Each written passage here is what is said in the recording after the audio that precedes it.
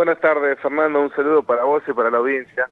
Bueno, hacía esa reseña, ¿no? De parte de los antecedentes de, al menos lo primero se me vino a la memoria, y lo que talla en buena medida a la hora del análisis, terminamos en el porqué, ¿no? Porque la continuidad, hay situaciones un tanto inéditas a nivel nacional, digo, esto de, bueno, un gobierno que está haciendo un esfuerzo económico importante para lograr sostener esta avanzada inflacionaria sobre los salarios del sector estatal, en este caso de los docentes, y una respuesta un tanto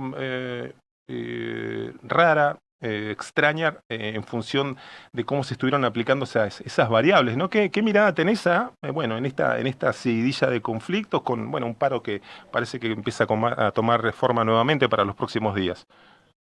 Bueno, coincido con la reseña que hiciste en la introducción porque hay mucha desinformación todavía. Yo creo que una o dos veces salí en tu programa conversando con vos respecto de qué era lo que había aprobado la legislatura, porque todavía hay algunos que creen que nosotros aprobamos un descuento sobre los salarios docentes y hay que reforzar esta idea porque yo creo que el conflicto fue mutando y hoy no sabemos bien Claro. cuál es el fundamento del conflicto, ¿no? Nosotros, allá por julio, si mal no recuerdo, de este año lo que aprobamos en la legislatura es un adicional, un plus por ir a trabajar todos los días del mes o del trimestre, con un mínimo de faltas, por supuesto, del 15% mensual que se liquida en forma trimestral. Es decir, aquella persona que falta en forma justificada, su sueldo lo va a cobrar de acuerdo a lo que acordó su gremio por paritaria. Lo que se establece acá es un adicional del 15%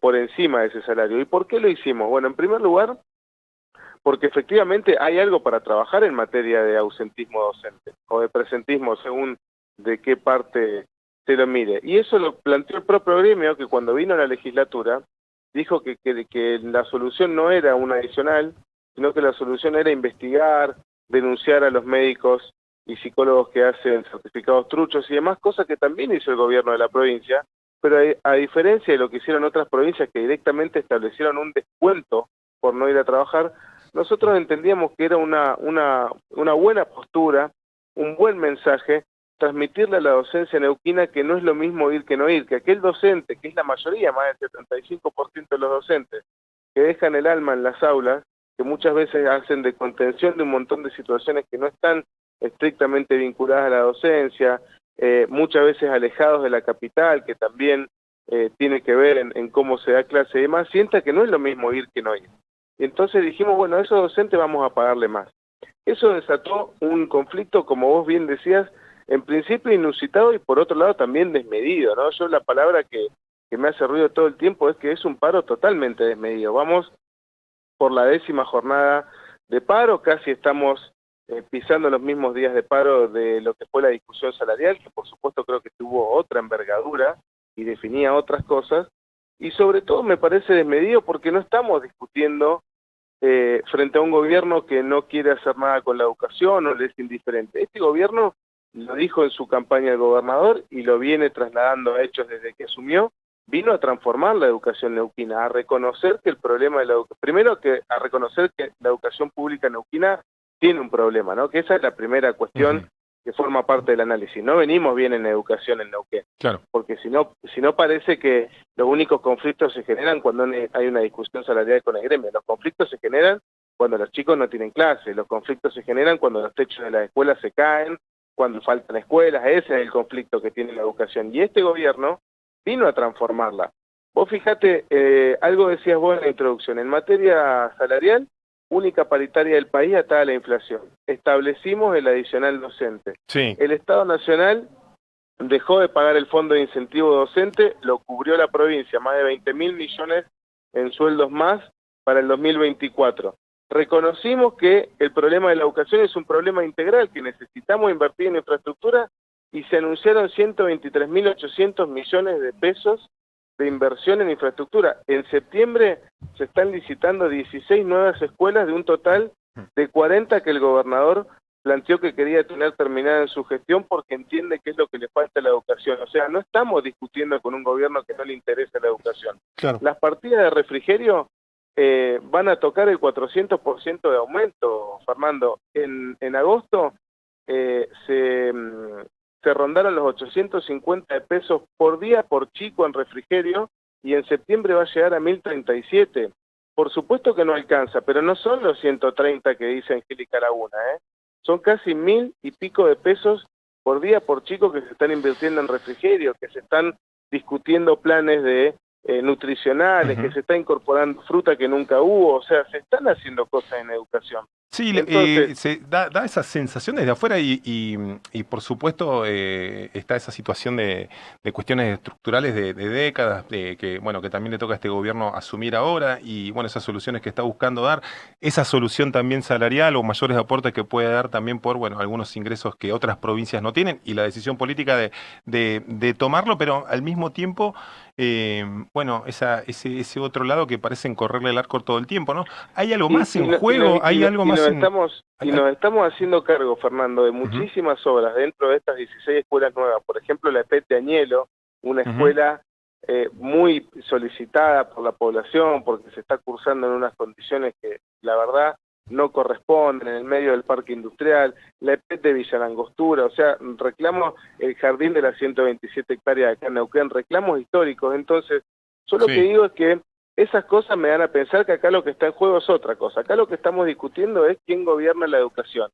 Y se da la particularidad que además... ¿Cómo quién gobierna la educación? Y claro, porque lo que está en discusión es si el que va a establecer las pautas y las políticas educativas es el gobierno de la provincia o es un sector, porque tampoco es toda la dirigencia sindical, que hoy está empujando un paro centralmente desde la capital. Porque si vos ves cómo fueron las asambleas durante las últimas votaciones, la que define las medidas de lucha es la seccional capital, pese a que la mayoría de las seccionales del interior vienen votando otra cosa. Ni siquiera votaron el anterior paro de 72 horas. Y justamente el sector que dirige ATEN Capital es el mismo sector que encabeza las organizaciones sociales, que tiene banca legislativa, que discute política, que nos pone a los chicos como escudos para discutir determinadas cosas, pero lo que está discutiendo es otra cosa, es quién define la política educativa. En desarrollo social, ¿vos te acordás? Nosotros asumimos y nos tomaron el ministerio, cortaron, hicieron una campe afuera de casa de gobierno, todo con la discusión de los planes sociales, de la comida que falta, y cuando empezamos a rascar resultaba que las mismas organizaciones que justamente están en esta seccional capital son las que administraban 1.300 millones de pesos por año sin justificarlo. Entonces, insisto, yo lo que creo es que así como en el desarrollo social está en juego quién discute y quién aplica las políticas públicas, que para nosotros claramente es el Estado a través de políticas de empleo, de asistencia y demás, no terciarizadas, en educación estamos discutiendo lo mismo. ¿Por qué estaría mal que el Estado premie a los docentes que más van a trabajar? No, es absolutamente, es exótico, inédito y raro, y es lo que te llama a pensar en otras posibilidades. Estamos hablando con Francisco Lepore, diputado provincial de Avanzar Neuquén. Bueno, le está quedando bastante expuesta también esa postura contrapuesta dentro del sindicato, ¿no? Bueno, ayer vi un comunicado de ATEN provincial denunciando los métodos violentos, porque pasa exactamente lo mismo.